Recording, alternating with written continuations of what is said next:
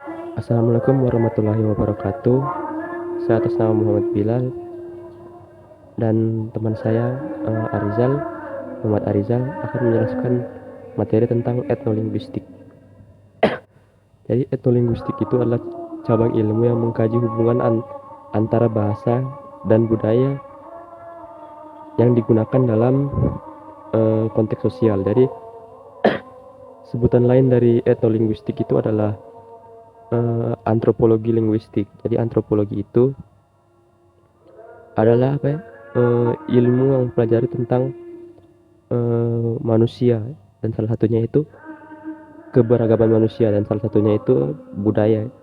Nah, kalau linguistik kan ilmu yang mempelajari tentang bahasa. Jadi kalau digabungkan etnolinguistik, jadi kalau penggabungan dari keduanya yaitu etnolinguistik adalah ilmu yang mempelajari bahasa melalui budaya itu.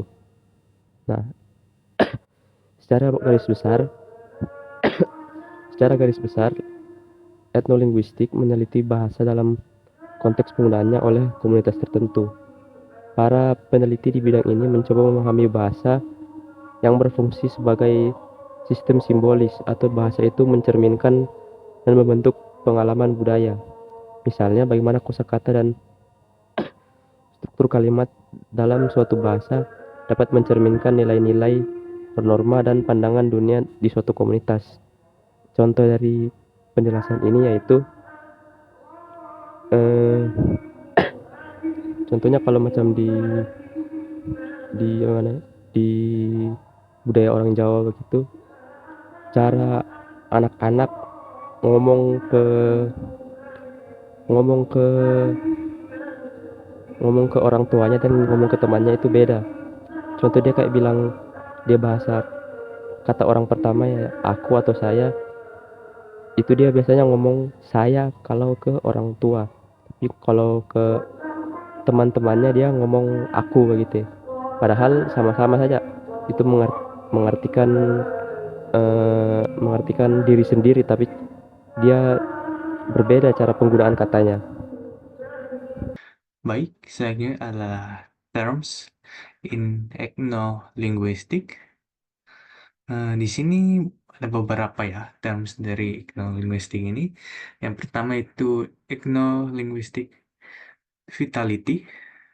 Ethno-linguistic vitality ini mengacu pada seberapa kuat dan tangguh suatu bahasa dan budaya yang terkait dengannya. Ini mencerminkan kemampuan suatu kelompok etnis untuk mempertahankan bahasa mereka dalam menghadapi tekanan dari bahasa-bahasa dominan. Eh, Economic vitality apa? Economic vitality ini dipengaruhi oleh beberapa faktor. Yang pertama itu ada status, demografi, dan yang terakhir itu dukungan institusional. Selanjutnya ada language shift. Ini adalah proses di mana komunitas secara bertahap meninggalkan bahasa asli mereka dan mendapatkan bahasa lain.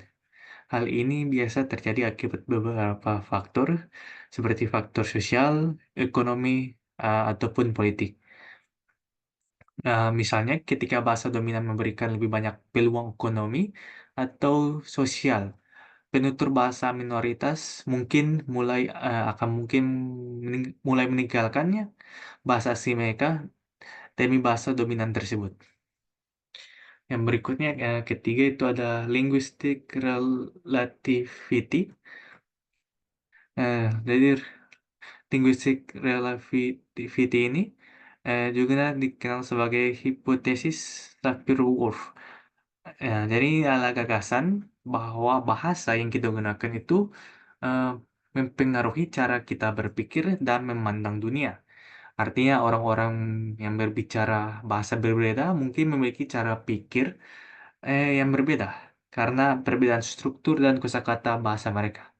Meskipun teori ini masih diperdebatkan, namun memberi perspektif menarik tentang hubungan antar bahasa dan kognisi.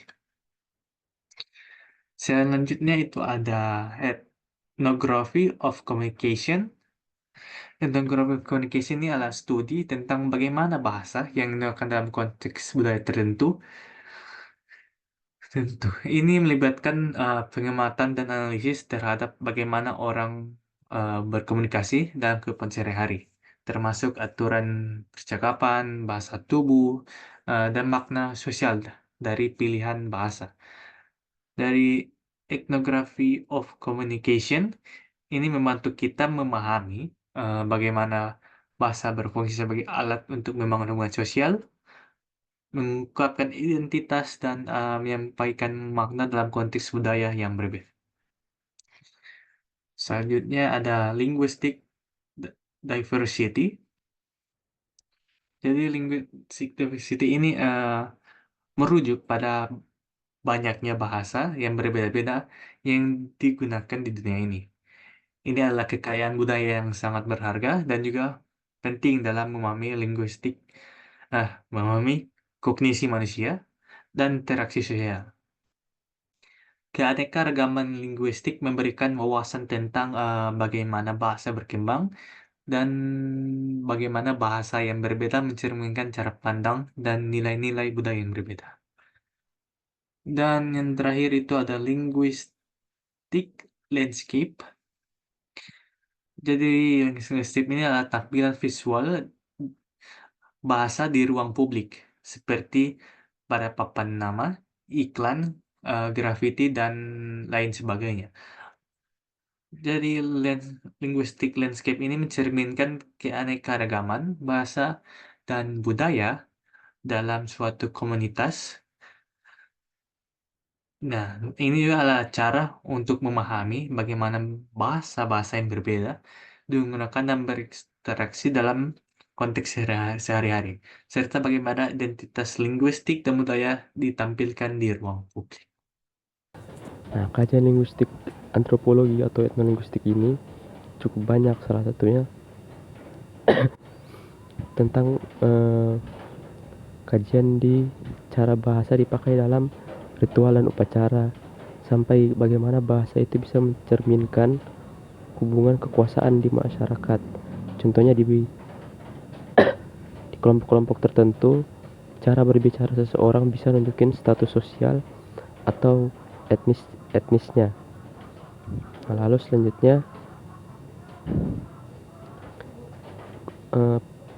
kajian dari etnolinguistik itu tentang bagaimana bahasa dipakai untuk bangun dan jaga identitas kelompok. Jadi bahasa itu dipakai untuk memperlihatkan atau menunjukkan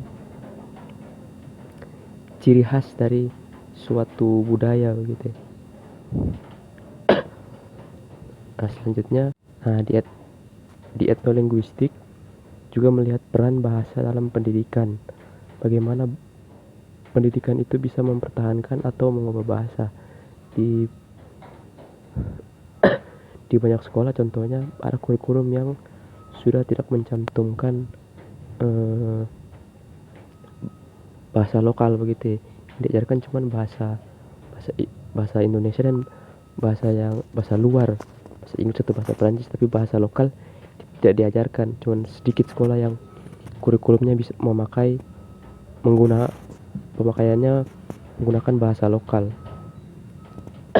Nah, terakhir dari kajian etnolinguistik itu mempelajari bahasa verbal juga, bukan bahasa non verbal, bukan bahasa verbal saja. Jadi kayak gestur tubuh, intonasi suara, itu dipelajari di etnolinguistik juga.